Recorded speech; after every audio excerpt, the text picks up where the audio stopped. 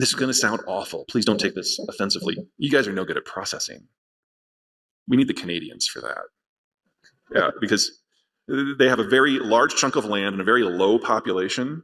And some of the provinces, especially once you get beyond Toronto and Ontario, are desperate for finding a new foothold. And they're in an environment a lot like Mexico, where there's an opportunity here.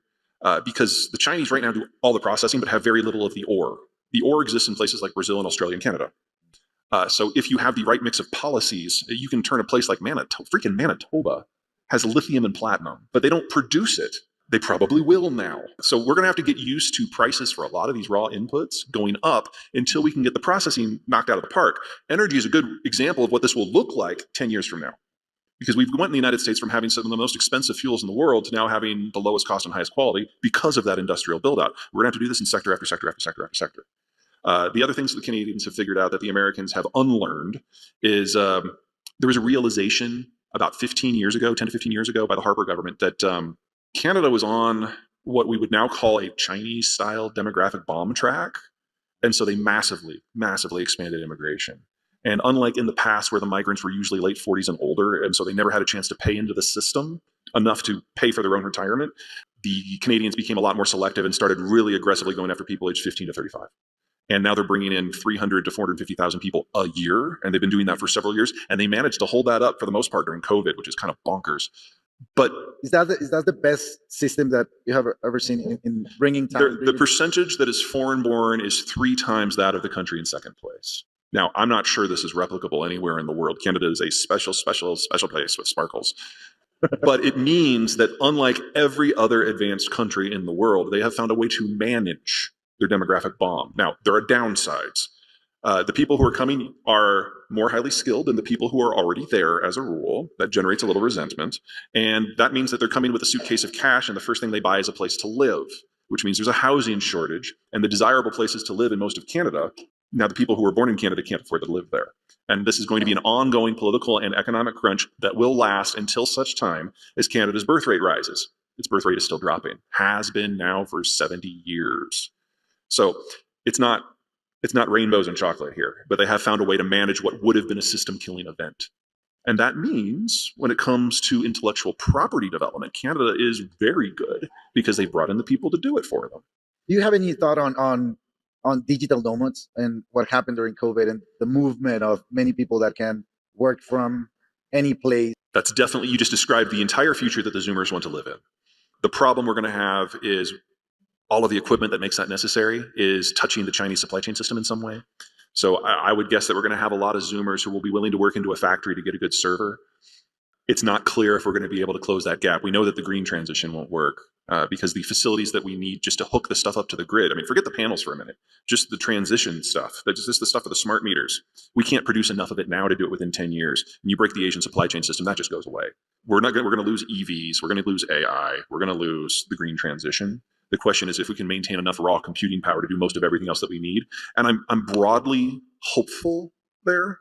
There's 3 classes of semiconductors, and the ones that we're good on are 90 nanometer to 10. And that is most non-cutting edge smartphones, what's in your television, what's in your car, what's in a plane, and what's in most laptops. Those have a deep ecosystem that taps a dozen countries. There's a lot of competition. And if entire continents fall out of it, you still have a lot of production that won't be overly impacted. So hooray. But the 90 nanometer and dumber, your analog chips, your Internet of Things, your singing margarita machine, that's 80% China. And that's going to break. And then your top stuff, your 10 nanometer and better, that's high-end smartphones, satellite communications, smart grid, AI, EVs, some high-end national security stuff, although bombs use relatively dumb chips, believe it or not. It's just the guidance stuff that we lose. That's Taiwan. And that makes it sound a lot simpler than it is. Because there's all comes from one country, yes, but the facilities that do the fabrication, they have 9,000 companies spread around the world that contribute to the supply chains that allow the fabrication facilities to not just be built, but to operate. And if you peel off one of those countries, the whole thing stops. I'm most concerned in that regard about the Germans. We're going to have to rebuild that ecosystem elsewhere because for most of those companies, they make one product that they sell to one customer and they have no competition on the global scale.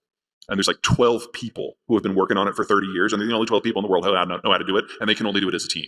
So it's like, yeah, they have a sick day, the company shuts down. That's not stable. And that is all AI. So we're going to have to rebuild that, and that's going to take a decade. Let me ask you about national security. Mexico looks like a good friend for the U.S., a good neighbor. We produce good for the U.S. and for Canada. There is an agreement, but are we allies? No. Who are the allies? Well, and how the United States has very few allies anymore. In the post-Cold War era, things got slimmed down. I mean, if it wasn't for the Ukraine war, we probably would have ditched the Europeans for the most part. But in terms of firm allies that we actually trust, Australia, if it doesn't involve anything too sensitive, New Zealand, doesn't involve anything too sensitive, Canada, the United Kingdom, Singapore, and Japan bought their way in. And that's it. India? No? Oh, God, no. No, I mean, no offense to the Indians. They do some great work, but no. The whole idea of an ally is you can tell them your deepest, darkest secrets as you uncover what those deepest, darkest secrets are. And when we tried that with Mexico, we lost a lot of DEA agents.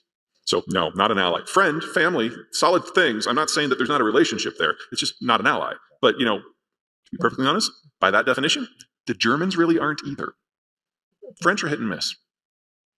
Should Mexico follow that path and look? I can't answer that for you. That's a decision. I mean, Mexico knows what it's like to be on the wrong side of the United States. It's not a pretty place to be. Mexico knows what it's like to be on the right side of the United States. That's not always a pretty place either. We're moody.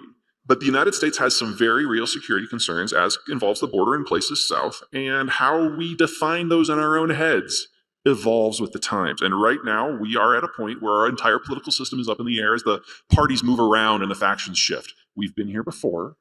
This is our 7th rearrangement. One of those rearrangements involved the Mexican-American War. I'm not saying that that's how this one's going to end. I'm just saying that when America's political pole stars are reevaluated, we go in a different direction. And right now, today, both unions and the business community are no longer part of the political conversation.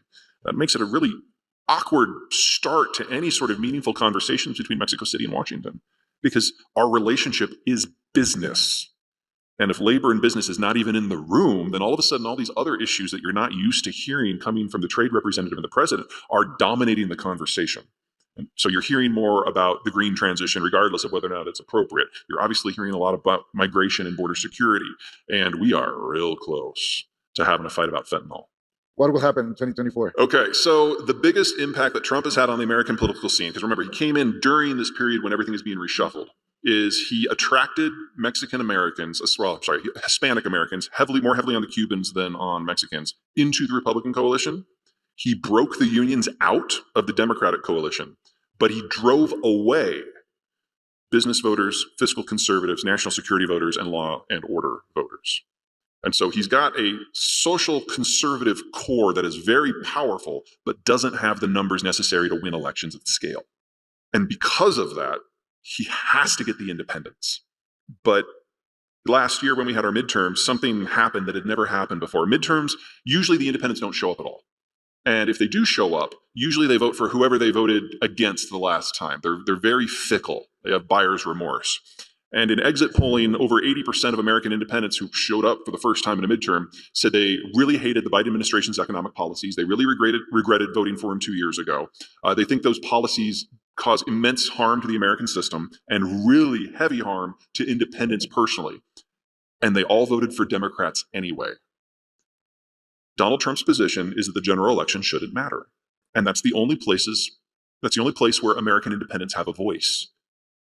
There's this saying in the State Department for all our Middle Eastern embassies is that we believe in one vote, one person, but not one time. And so Trump has alienated core conservatives and made it impossible for independents to vote for him. The Republican Party is not going to survive this next general election. It will break. And Donald Trump will face what will probably go down in history as the second worst defeat for a presidential candidate ever. Surprise. Peter, before you get happy, we're still going through this transition. Don't celebrate until you see what happens on the other side, which, woo.